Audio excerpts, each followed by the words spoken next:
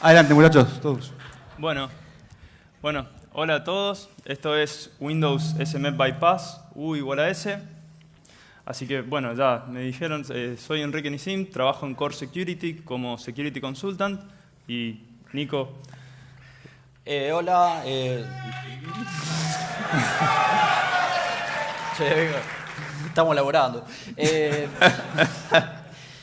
Bueno, lo que vamos a presentarles hoy no es un bug en el kernel de Windows, sino que es un problema de diseño, lo cual lo hace peor, es más difícil de arreglar todavía.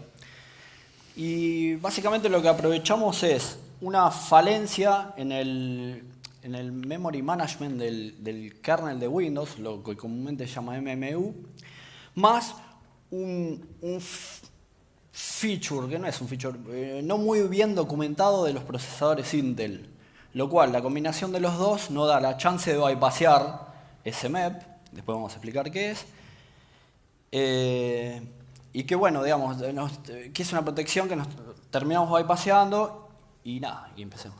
Dale. Bueno, esta es la agenda que tenemos preparada. Vamos a empezar viendo cuáles son las protecciones que el kernel actualmente ofrece y a las que nos enfrentamos cuando queremos explotar un bug en kernel. Vamos a introducir SMEP, qué es, qué papel juega. Luego vamos a ver los bypasses conocidos y los que se venían aplicando. Y finalmente, como más o menos nombró Nico, vamos a hablar un poco de cómo funciona la paginación en Windows, que es necesario para entender los fundamentos del bypass que estamos presentando ahora, ¿no? Tenemos una demo al final y bueno, cerramos con conclusiones y preguntas.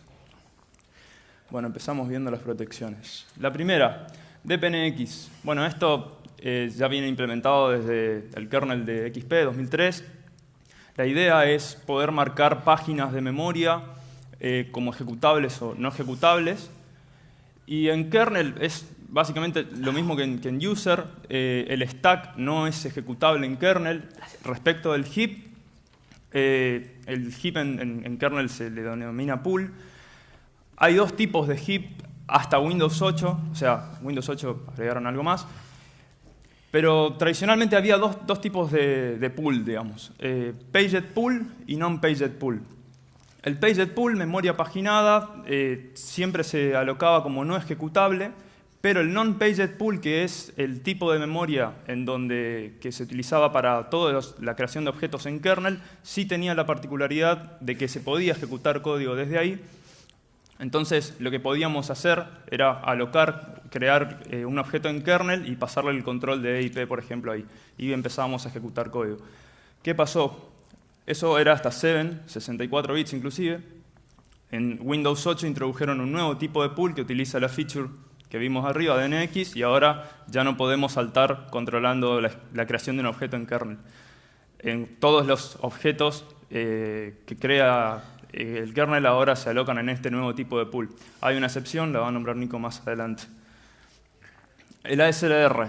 En kernel es lo mismo que en user. La idea es poder randomizar la base de los módulos, de los drivers, y de esa manera nosotros como atacantes, como queriendo hacer un exploit, no nos podemos fiar de una dirección fija en nuestro exploit. Null de Reference Protection es una cosa que ya en Windows 8 viene por default, en Windows 7 hasta 64 bits con un parche. La idea es que un proceso ya no pueda alocar memoria desde la dirección virtual 064K de data desde esa base. Tiene sentido porque hay muchos exploits en donde muchas vulnerabilidades, mejor dicho, en el kernel que terminan en el valor límite de referenciando 0, el famoso null de reference pointer. Bueno, lo que se hacía era mapear esa dirección para bypassear un posible crash que ocurría y bueno, de ahí tomar el control de alguna manera. Como lo que presentó Nikita Tarakanov ayer, que uno de los bugs era null de referencia. Ah, claro. Bueno, esa clase de bugs, si habría que bypassear, si solamente se tiene eso, en Windows 8 para arriba se está complicado. En Windows 7 es posible, ¿no? Integrity Levels. Esto, bueno, desde Windows Vista el famoso UAC que nos molestaba a todos, está relacionado con esto. Básicamente, si bien sabemos que hay diferentes usuarios que se ejecutan con diferentes permisos, la idea es que un solo usuario pueda asignar diferentes niveles de confianza para diferentes aplicaciones. En esto está basado la mayoría de los sandboxes en Windows. Por ejemplo, Internet Explorer, el render, corre con Low Integrity Level, App Container en los más modernos, y lo que pasa es que tenemos restricciones dependiendo del nivel de integridad. En principio, tenemos Low, Medium y High, y la mayoría de los sandboxes hacen que el proceso corra en Low, de manera que no tenemos restricciones a la hora de interactuar con el sistema operativo. En Windows 8.1 lo que hicieron fue mejorar esta interfaz de manera tal que no se pueda hacer preguntas al kernel y obtener información que nos interesaba para los exploits. En particular hay una llamada que estuve documentada por bastante tiempo, creo que César también ayudó a que se utilizara, que es NT Query System Information. Y ¿se acuerdan el kernel SLR que acabo de explicar? Bueno, con esa llamada podríamos obtener desde user las bases de los módulos, las direcciones de los objetos en kernel, y al fin y al cabo es como que el SLR no existe en Windows hasta Windows 8, 8.1. Recién ahora, si se está corriendo en low, no se puede utilizar esa llamada. Si se está corriendo en medium, sí se puede. O sea, hay una diferencia entre un escape de sandbox y un simple privilege escalation. KMSS, bueno, esto es el requerimiento de tener código firmado. Si bien no es una protección anti-exploits, es una clara política de Microsoft de que no se quiere correr código en kernel para modificar el sistema operativo y de esa manera, de alguna manera, detener la proliferación de rootkits, ¿no? Te uneo en XP y te meto un driver y ya está. O sea, tenés que reinstalar el sistema operativo. En 64 bits ya no se puede hacer esto. El driver debería ser firmado. Si no, no lo podrías cargar. PatchGuard, Kernel Patch Protection formalmente, es un módulo que corre en kernel en las ediciones de 64 bits por default, y la idea es chequear estructuras fundamentales del sistema operativo para ver si fueron corruptas de alguna manera. Es decir, chequea, por ejemplo, la IDT, la SSDT, CR4, eso es importante, más adelante lo vemos, y si se produjo una modificación, se detecta y el sistema termina crasheando. O sea, muchos exploits terminaban, por ejemplo, escribiendo la IDT para de ahí saltar a kernel, o los rootkits hookeaban la SSDT y filtraban callbacks. Ya no se puede hacer eso. Bueno, y ahora SMAP, si bien SMAP no es SMAP, SMAP no está soportado tampoco en Windows, pero lo pusimos para completitud y que se sepa que exista. La idea es que cuando se está corriendo con privilegios de kernel, un thread corre con privilegios de kernel, no se pueda acceder a data que se aloja en direcciones de usuario, en páginas de usuario. Con un control, en realidad se puede con el registro de flags. Igual esto no está soportado, por lo tanto solamente lo nombramos. Y bueno, SMAP, que es el núcleo de la charla, y nada, Nicole va a empezar a explicarlo. Bueno, vamos a tratar de explicar qué es SMAP primero. Bueno, SMAP, digamos, son las letras que representan Supervisor Mode y Security Prevention. Detecta básicamente código corriendo en ring 0 en user space, ¿no? Todos saben que hay, digamos, user space y kernel space separados en la memoria. Este feature fue introducido en los procesadores con la arquitectura Ivy Bridge y bueno, obviamente fue lanzado como un security feature, no tiene otro uso más que para eso, y fue lanzado en el 2011. Viene por default en Windows, a partir de Windows 8.0. Claramente es un exploit mitigation, ¿no? Lo que Microsoft viene impulsando hace ya tiempo con la parte de Blue Hat y todo eso. Y esto no es del todo cierto, porque en general los exploits más afectados son los local privilege escalation. Pero podría pasar que en otros escenarios, donde corriendo por ejemplo un Flash dentro de un Internet Explorer, también podría llegar a joder, y capaz que está en un exploit remoto con ciertas condiciones podría darse. Bueno, nada, este es el registro CR4 del micro. Obviamente esto solamente es accesible desde RIN 0. Y fíjense, no sé si se ve bien, pero ahí está, donde está la flecha, ese es el bit, el número 20 de ese registro. Quiere decir que si está prendido, ese MEP está habilitado, y si se fijan al lado dice SMAP, que es lo otro que decía Quique. Bueno, entonces esto ya lo dijimos. Si se preguntan qué línea de procesadores soportan esto, y en realidad todo lo actual lo soporta, pero todo lo actual de lo bueno, digamos, ¿no? O sea, por ejemplo, si van a Garbarino y se compran una tablet de 7 pulgadas con una Intel línea Z, no lo va a tener, claramente. Perdón, por eso trajimos esta máquina, de hecho. Sí, bueno, hay una máquina física, ¿no? Bueno, entonces, la idea es, ok, reventamos algo en kernel y tenemos nuestra data en user space y decimos, bueno, y si está nuestra data en user space, pero reventamos kernel y bueno, saltemos a nuestra data. Ese es el eje de la charla. Obviamente, si alguna vez leyeron algo, lo vieron en la facultad, lo que sea, siempre les dijeron, che, user space es una cosa, kernel space es otra, hay una línea que los separa. Es una línea imaginaria en realidad, ¿no? Bueno, entonces empecemos con lo más conocido hasta ahora. Pues ya, digamos, ya hay bypasses de Windows SMEP que en realidad no son muy difundidos, pero hay más difundido, menos difundido, de todo lo que es menos difundido. Bueno, la opción 0 no es una opción claramente, quiere decir que si reventamos algo el kernel y queremos saltar a user space, salta SMEP, chao, blue screen, después de eso no hay vuelta. O sea, genera un page fault, esa es la excepción real. Por otro lado, hay otra forma de bypassear SMEP, que hay un link, ahí que lo pueden leer, que por ejemplo, en Windows 8.1, 32 bits, si uno aloca un objeto en ese paged pool, o sea, el 0x21 es la combinación de esos dos, por alguna razón no, de hecho es ejecutable y está bien, porque si ustedes leen las constantes, el enum en la página de Microsoft, van a ver que sí, quiere decir que eso es ejecutable, lo cual, si tenemos el control en kernel y alocamos un objeto y sabemos dónde está ese objeto, saltamos ese objeto y es ejecutable, buenísimo. Hasta ahí venía todo bien. Por alguna razón en 64 bits dejaron de darle pelota a los enum y lo que debería ser ejecutable dejó de serlo. Entonces quiere decir que dejó de ser una opción, entonces hubo que empezar a buscar otras cosas para seguir, digamos, que los exploits sigan funcionando. Entonces, digamos, la opción, lo primero que viene es, ok, está bien, estoy en medium, en integrity level medium, no en low. Y bueno, listemos, como dijo Quique antes, listemos los módulos, los drivers de Windows donde están cargados, pues eso se puede hacer. No quiere decir que se puedan acceder, sabemos dónde están cargados. Pero eso ya nos da mucha información, porque si tenemos el módulo, sabemos cómo es y sabemos cuál es la base, sabemos muchas cosas. Si estamos en low integrity, lo único que quedaría, digamos, sería memory leaks para saber las bases de los módulos. Ahora, por ejemplo, si vieron la charla de ayer de GDI Object en RIN 0, por ejemplo, ya tienen algunos memory leaks, pero de algunos objetos de GDI.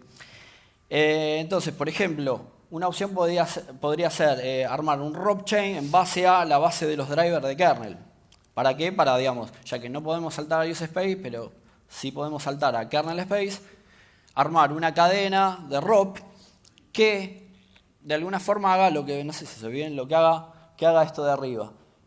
Con ese bit apagado. Quiere decir que terminamos haciendo una cadena de ROP que le mueve al registro CR4 al bit 20 y lo apaga. Eso funciona, esto está bastante difundido. Lo vienen usando la mayoría de los exploits. De hecho, en uno de Hacking Team que se liqueó hace poco, el 15.077, hacían esto. Esto tiene un problema, que cuando se apaga ese bit y uno empieza a ejecutar cosas y PatchGuard hace la barrida en ese momento y encuentra algo que no está bien, blue screen también. Y no es tan fácil restaurar eso. Hay que hacer unas manganetas medias raras para volver al estado anterior. Que Dios te ayude. Bueno. Entonces, ¿qué otra opción tenemos? Vamos a entonces ver un poco cómo funciona la paginación para ver qué más se puede hacer. Paginación, bueno, eso es un esquema muy básico, no sé si se ve realmente, pero básicamente todo lo que hacen los sistemas operativos ni bien bootean en real mode, se ponen en modo protegido y activan en la paginación. A partir de ese momento, todas las direcciones usadas por las instrucciones son virtuales y tienen que pasar por un mecanismo de traducción a través de tablas para obtener realmente la dirección física final de donde se almacenan los datos. ¿Sí? Entonces, por ejemplo, tengo un call a una dirección X y en el caso de una tabla simple, lo que pasa es que la dirección virtual se divide en dos partes, se toma un índice y un offset. El índice indexa esta tabla, que se llama tabla de páginas, se obtiene la dirección física final y se le suma el offset, que como máximo es el tamaño de la página, ¿no? La memoria, a partir de ese momento, se divide en páginas de tamaño fijo. Generalmente son de 4K. Ahora, ¿cómo funciona en Intel y en Windows? Se tiene paginación multinivel, se utilizan 4 tablas. La dirección de 64 bits, si se fijan, no se usa completamente, ya vamos a ver un toque más eso, pero lo importante es que las tablas se indexan con 9 bits, es decir, se tienen como máximo 2 a la 9, son 512 entradas por tabla. Dependiendo de la tabla, claramente una tabla de mayor nivel permite direccionar más memoria. Es decir, una entrada, por ejemplo, de la PML4, que es la de mayor nivel, está direccionando, si se quiere, o sea, permite direccionar hasta 512 gigas.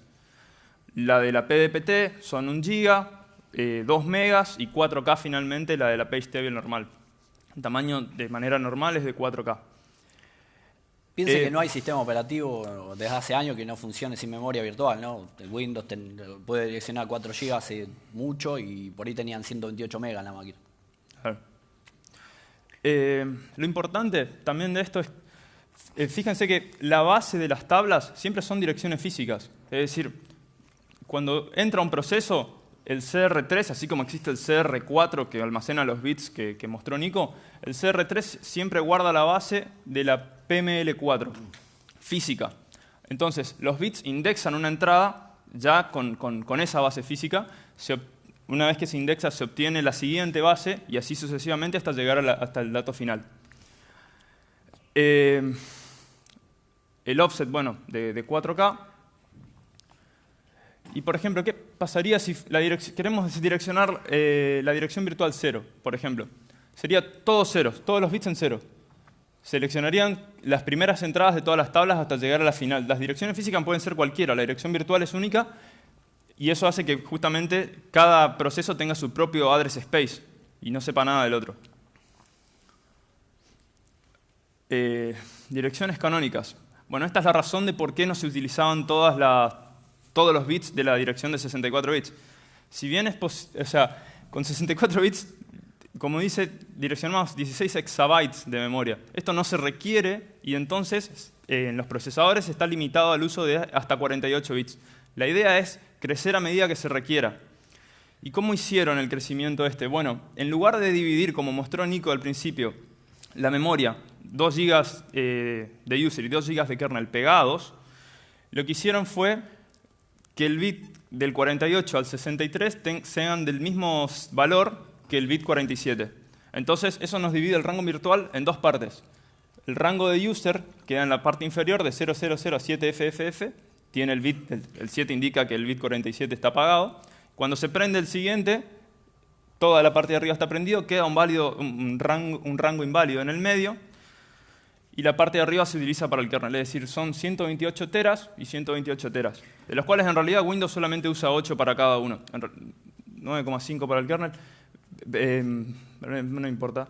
Y en el medio, perdón, en el medio hay un hueco de más de 15 exabytes que no se pueden direccionar. Claro. 64 bits. Cualquier intento de direccionar ahí da un page fault. Vayaz. ¿Cómo es la estructura de cada una de las entradas que veíamos en las tablas?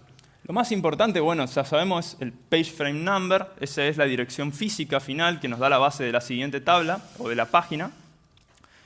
Y los bits que nos interesan, si bien hay varios, son 3. Read-write, si está activado podemos escribir, nos interesan páginas en donde podamos escribir nosotros. El de US, que esta es la famosa línea imaginaria que marcó Nico, eso va a determinar si una página pertenece al kernel o a user. Y bueno, el NX, XD es lo mismo, dice si una página es ejecutable o no. La data ID es ejecutable o no. Self-ref entry. Bueno, ahora, si bien nosotros di el ejemplo de direccionar y traducir la dirección virtual 0. Sabemos que el procesador utiliza solamente direcciones virtuales. Es decir, el call a una dirección que dada es una dirección virtual. ¿Y cómo hace el sistema operativo para manipular las mismas tablas? Es decir, el sistema operativo, no sé, imagínense que quiero alocar un pool que sea ejecutable. Tiene que poder marcar el mismo sistema operativo en la entrada, tiene que deshabilitar el XD. Entonces, el sistema operativo necesita acceder a las mismas tablas. Es como que las tablas se tienen que resolver a sí mismas.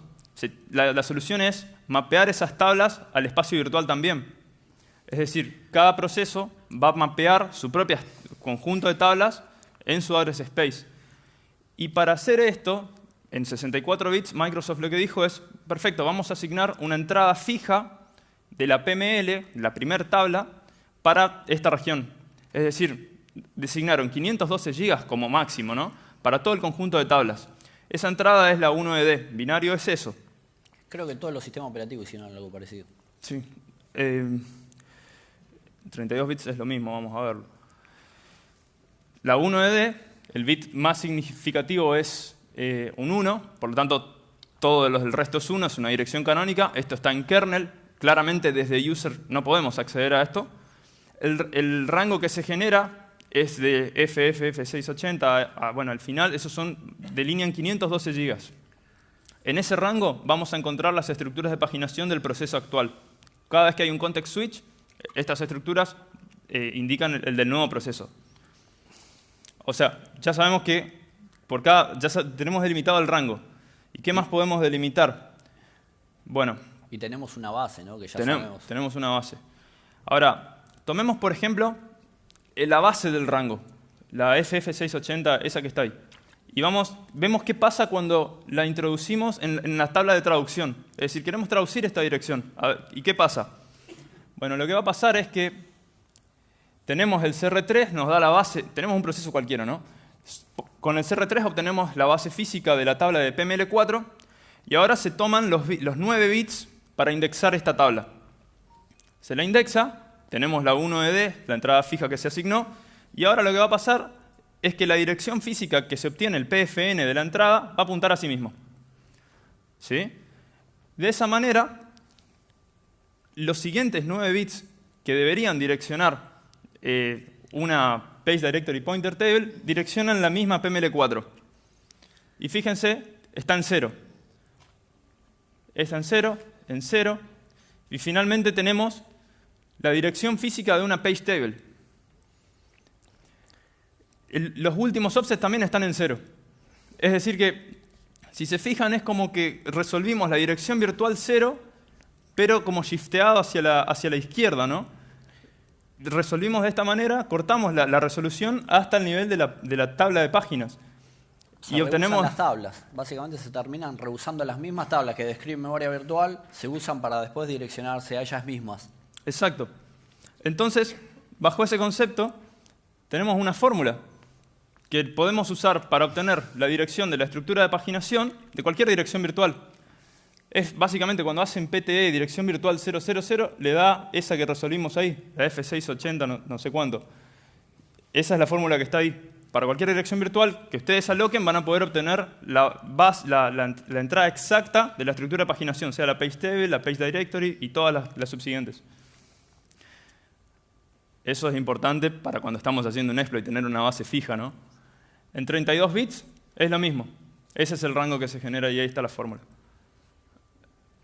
Así que... Bueno, vamos con la parte 2 de SMEP, bypasses, que obviamente si hablamos de paginaciones pues está enganchado con esto. Hay una... Esto no por alguna... Creo que salió después de Infiltrate esto, pero salió medio unos slides perdidos por ahí. Salió como una especie de ejecución de código remoto en Windows 10. Si hay SLR, ¿cómo hicieron? Bueno, en realidad usaron algo que está muy bueno.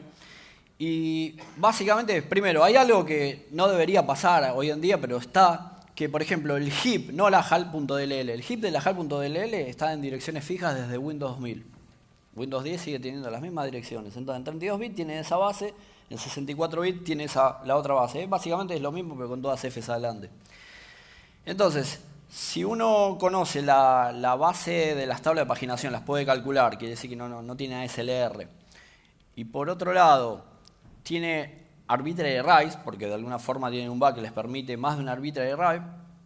Póngale 3, 4, no es normal, pero puede pasar.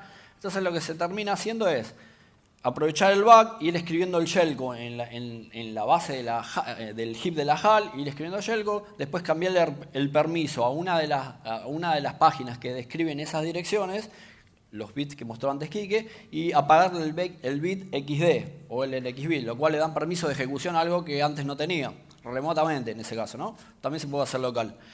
Y una vez que ya, digamos, tocaron eso, tocaron el bit en X, y encima hay punteros a funciones dentro del heap de la HAL, que también lo podrían escribir aprovechando el mismo bug, quiere decir que queda todo en la misma cajita. Entonces, esto no está muy difundido, obviamente no es nuestro esto, es una técnica que presentaron ahí media perdida, que está muy buena y aprovecha esta falencia en la paginación, digamos, el hecho de que no tenga randomización para explotarlo remotamente. Es lo que Microsoft llama security in depth, ¿no? No es un bug per se, pero se puede aprovechar en un bug, que es lo mismo que SLR.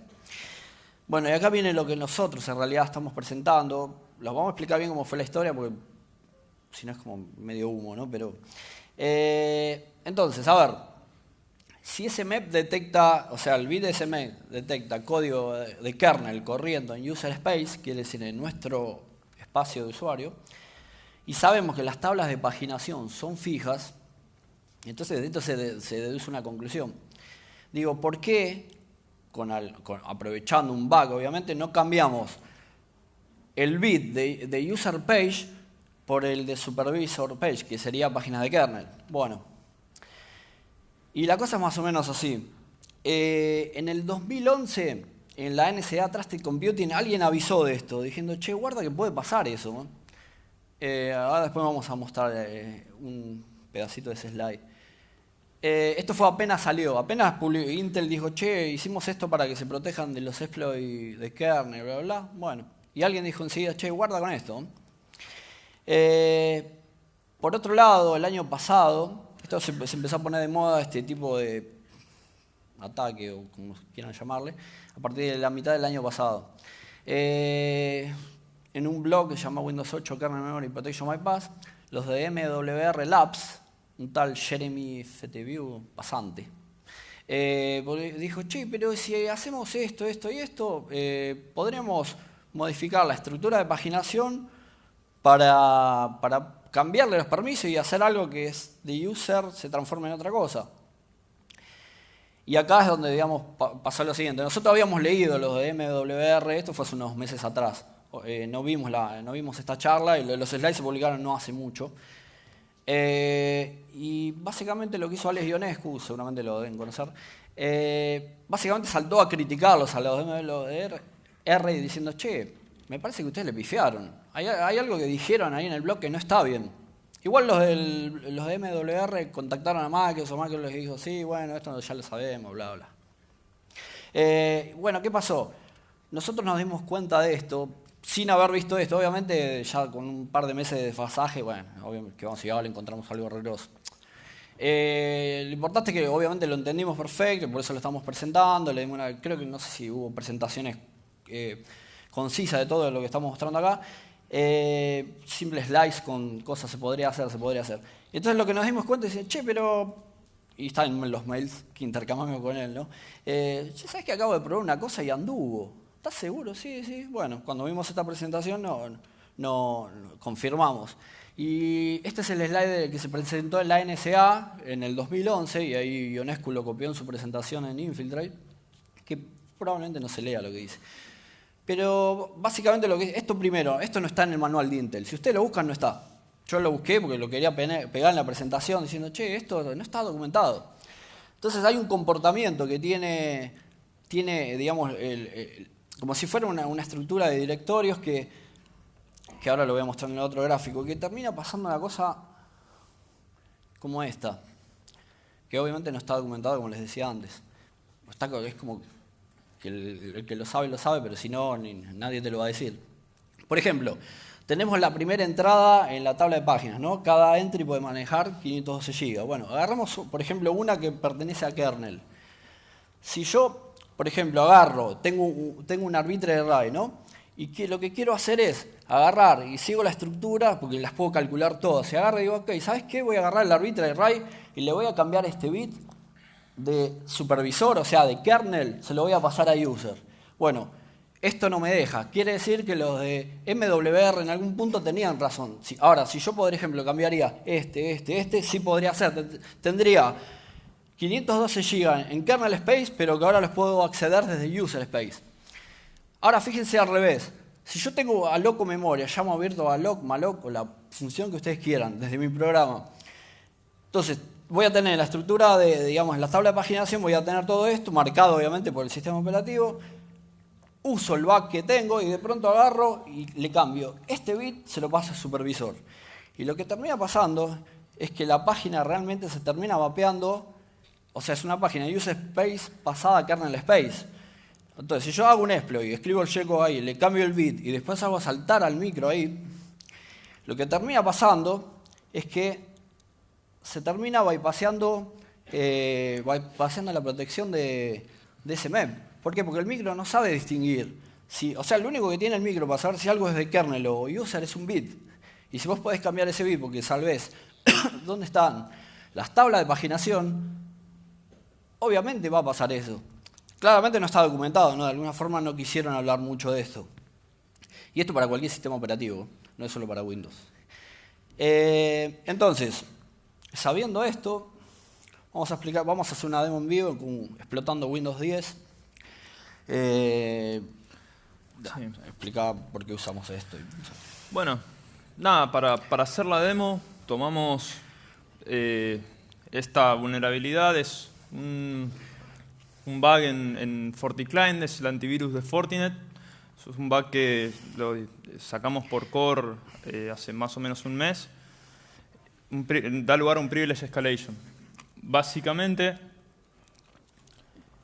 tenemos este escenario. Windows 10, 64 bits, con FortiClient instalado. Y tenemos un call controlado por nosotros. Totalmente, o sea, call RAX o RDX creo que era. Y RDX lo controlamos nosotros. Podemos saltar a donde nosotros queramos. Ahora, no tenemos ningún otro registro apuntando a la data. En el stack, por default, no hay nada. Entonces, ¿qué es lo único que podemos hacer? Básicamente hacer un stack pivoting a user space y continuar un ROP desde ahí para aplicar la técnica que nosotros mostramos recién. Si Windows soportara ese map, el ROP a user space no lo podríamos hacer. Claro. Un poco más del bug es el driver vulnerable es FortiShield. Básicamente es un driver de file system. Los drivers de file system lo que hacen es hookean varias operaciones, por ejemplo, create file o set file information. Hay varias operaciones que van controlando y ejecutan callbacks. En este caso, claramente además exponen un set de IO controls y si no se protegen bien se pueden hacer cosas. Lo que pasa es que exponía una IO control que se podía llamar desde cualquier usuario que me permitía setear el valor de una variable. RCX yo lo controlo y seteo el valor de lo que dice ahí, controllable callback. Bueno, con esa IO control. Ya se entiende ahora que lo que va a pasar es, de alguna manera, haciendo una operación sobre, sobre cualquier file, voy a terminar triggereando un código que va a ejecutar uno de los callbacks que registró y va a terminar llamando a nuestro callback, al que acabamos de registrar, directamente. Esto lo hace, como es un driver, funciona para todos los procesos, o sea que si no somos rápidos puede ser que otro proceso lo haga, modifique el file y nada, tengamos un blue screen sí o sí. Funciona dentro de un spinlock, así que una vez que lo modifiquemos nadie va a poder acceder a esta variable hasta que nosotros lo soltemos. Bueno, un poco de cómo hicimos esto, Nico. Sí, usamos Agafi, la presenté el año pasado acá en la ECO también, bien, no importa eso. Y lo más importante de todo fue que terminamos armando un ROP chain todo apuntando a la HAL.dll. Obviamente tenemos que saber la base, tenemos que estar en Medium. Y lo cual el RobChain se puede usar en cualquier exploit de kernel, porque en realidad es independiente del bug en sí. Acá vamos a hacer unos comentarios. O sea, en los gadgets que buscamos para armar el RobChain apareció algo medio interesante, porque esto es dentro de la HAL.dll. Si ustedes ven esto es un basic block, un epílogo dentro de una función de la HAL, ¿no? Donde le agregan un chequeo, digamos, del security cookie, lo que es el ¡gs en el compilador. Ahora, si por ejemplo, buscando gadget, ¿no? Si nosotros nos desfasamos un byte en ese llamado a ver si la cookie está bien o no, si no hubo un Stack Overflow, resulta que nos apareció este gadget. Esto es un stack pivoting hecho y derecho, pero pasa algo interesante que esto no queda muy claro porque AMD hizo una cosa como esta, pero por ejemplo, si en 32 bits ustedes agarraban y le ponían, por ejemplo, mop AX, un valor, la parte alta del registro de 32 bits se mantenía. En 64 bits dijeron, chúpenla. Y entonces lo que terminó pasando es que esta instrucción, este mop ESP, no RSP, estamos en 64 bits, acuérdense. Esta instrucción termina apagando la parte alta de RSP, lo cual termina pasando que eso apunta a user space. Y si apunta a user space, ahí ya tenemos un stack pivoting dentro de la HAL, ¿no? Entonces, ese fue uno de los gadgets que nos llamó mucho la atención y hay unos cuantos de estos en la HAL. Por otro lado, esto es una cosa que nos pasó, pero fue medio, o sea, nos pasaba esporádicamente. Teníamos lo que en el manual de Intel se llaman spurious page faults o algo por el estilo. Como estamos tocando digamos, las tablas de paginación, que el micro son las TLBs, tuvimos que agregar un gadget más en la cadena de ROP que armamos que termina invalidando los TLBs, que quiere decir que vuelve a cargar todas las tablas de paginación en el CPU. Obviamente es lento, pero lento dependiendo, comparando contra qué, ¿no?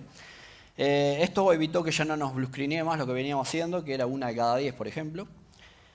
Y esto es como anecdótico, eso se tiene que mirar muy tranquilo, todo, pero básicamente lo que terminamos haciendo en Windows 10 64 bits fue lo que decía antes, armar un stack pivoting, o sea, cambiar el stack que está en kernel space, moverlo a user space con el gadget que mostré antes, y después viene toda la cadena de ROP dentro de user space. Todo contra la HAL.dll. Ahora, por ejemplo, si ven este pop RDX y este valor, lo que terminamos haciendo es marcando la página de memoria con dirty access RW, o sea, leíble, escribible y presente. De esa forma transformamos nuestra página de user space a kernel. Bueno, y entonces ahora vamos a hacer la demo. Esperemos que no se rompa nada.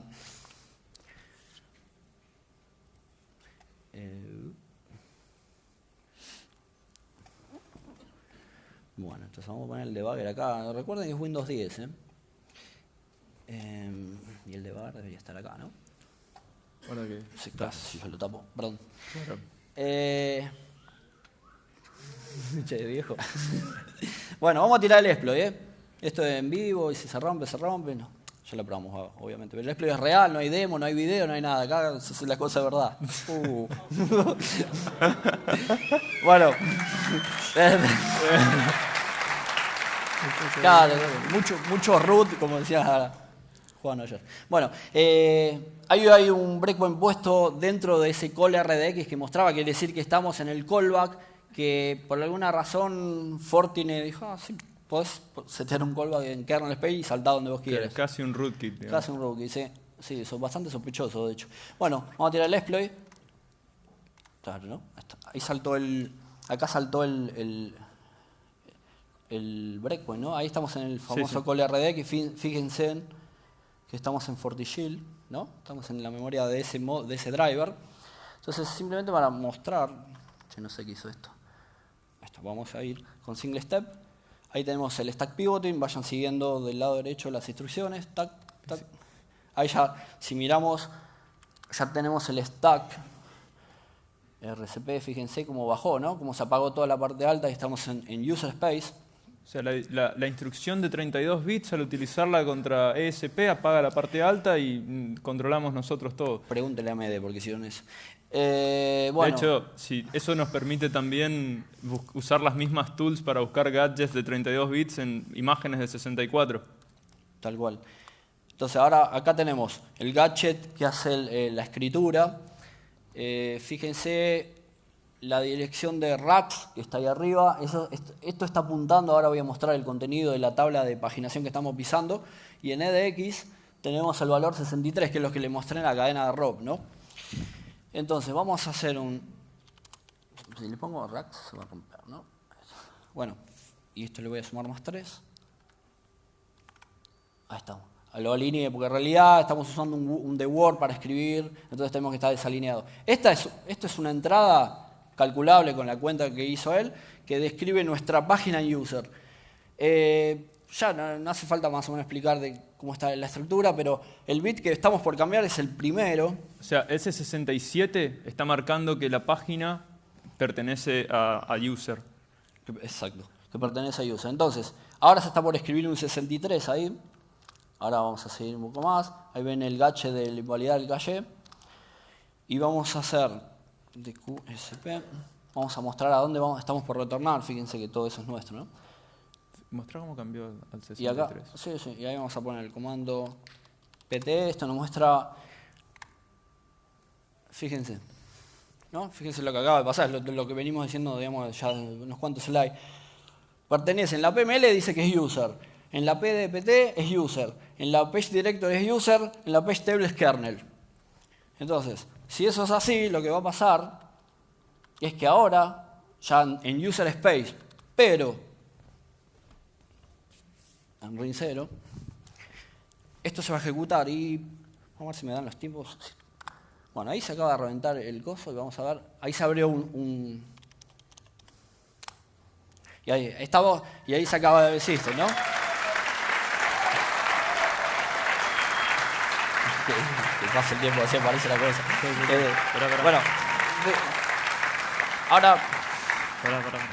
ahora debería pasar eso, lo teníamos guardado, fíjense, buenos días. ¿Alguna pregunta hasta acá?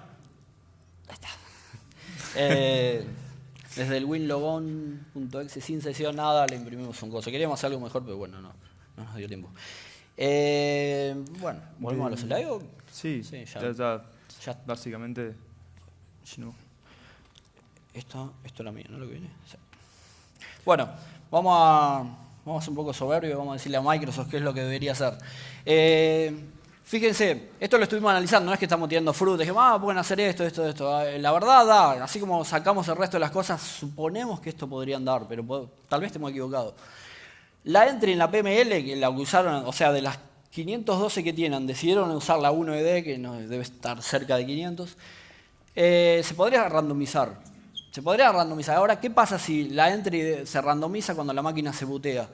Quiere decir que si la entry se randomiza cuando la máquina se bootea, es lo mismo que si, por ejemplo, uno randomiza, no con la misma granularidad, pero es como randomizar módulo en kernel. Ya dejo por lo menos remotamente de saber dónde están las cosas, que eso es importante. Y por un tema de diseño, Windows, en vez de usar las 256 entradas para direccionar memoria, solamente están usando 20. Sí, más o menos. O sea, no pueden, por una cuestión de cómo manejan las listas de memoria que usan, no pueden pasar los 8 teras o 8 teras de diferencia, básicamente, entre los punteros. Por una instrucción de Intel. Por una instrucción de Intel, el sistema se diseñó de esa manera. Entonces, lo tienen todo conjunto y todas las entradas que se ocupan realmente del espacio superior, ese donde supuestamente hay 128 teras para hacer lo que uno quiera, en realidad lo tienen todo comprimido en 8. 9,5 con la última parte, pero toda la parte del kernel y todo lo que es alocaciones y módulos se cargan en todo comprimido en 8 teras, o sea, en un espacio de 8 teras. Sí, lo cual la randomización sería media chotonga, ¿no? Bueno, esto es otra cosa que también estuvimos hablando, pero digamos el truco del self-ref es como que no andaría en estas cosas, que no sean predecibles, que las entradas en las tablas de paginación no sean predecibles. El tema es que sin caer en una tabla que describe otra tabla, y así hasta el infinito, hay que hacer unas cosas medio hacks. Es como que no está muy preparado el sistema de paginación o los diseños del sistema de paginación para hacerlo de otra forma que no sea tan óptima como la primera, ¿no? Se pierden. Y bueno, esto, a ver, ahora en Blaja Ale-Escu habló de esto. Básicamente Windows 10 empezaron a preocuparse por estas cosas.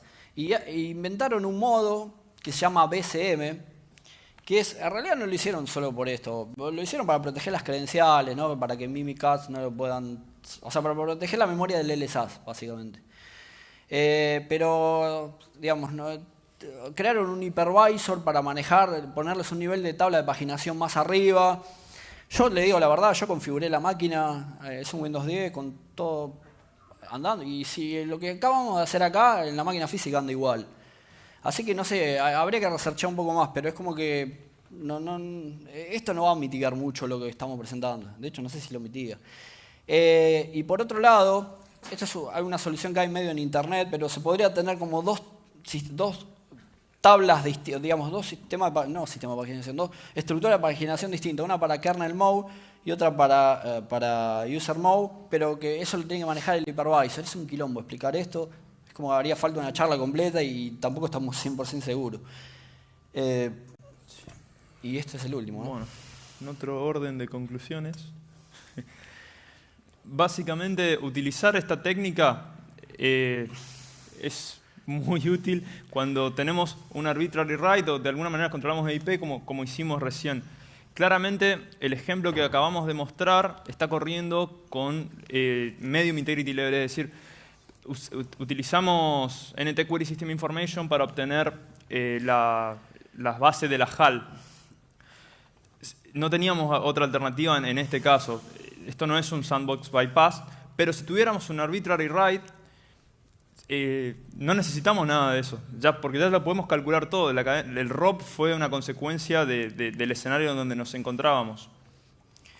Es decir, SMEP, desde nuestro punto de vista, es fácilmente bypassable, inclusive en 64 bits, Windows 10, y solamente presenta un problema cuando estamos corriendo en low integrity level en un sandbox, si no tenemos un arbitrary write. Un solo comentario, por ahí se preguntaban por qué usamos Fortinet para esto. En realidad, por ejemplo, porque básicamente estamos bypassando la protección del operativo, ¿no? Que no tiene nada que ver con el bug que estamos explotando. Porque eso es el trago, boludo. Che, viejo. Y ahora, por ejemplo, para Windows 8.1, zafaste no viene el traba. Podría haber sido mucho peor. Bueno, como les decía, entonces, si hubiera sido Windows 8.1 y yo lo exploté así, 15... No me están ni dando bola. El exploit de hacking tiene el 15078, que lo explotaban con la primera técnica que les conté de SM bypass. Una vez que encontramos esto, yo le di una vuelta de rosca a ese exploit y terminé bypassándolo así. O sea, si hubiera sido... Gracias. Si hubiera sido... Tranquilo. Ahí está. Si hubiera sido Windows 8.1 hubiéramos usado un bug dentro de la Win32K para bypassear para bypassear SMEP, ¿no? O sea, no.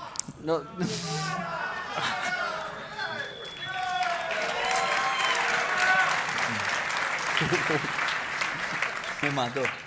Va de vuelta. ¿Vos no me acompañás? Bueno,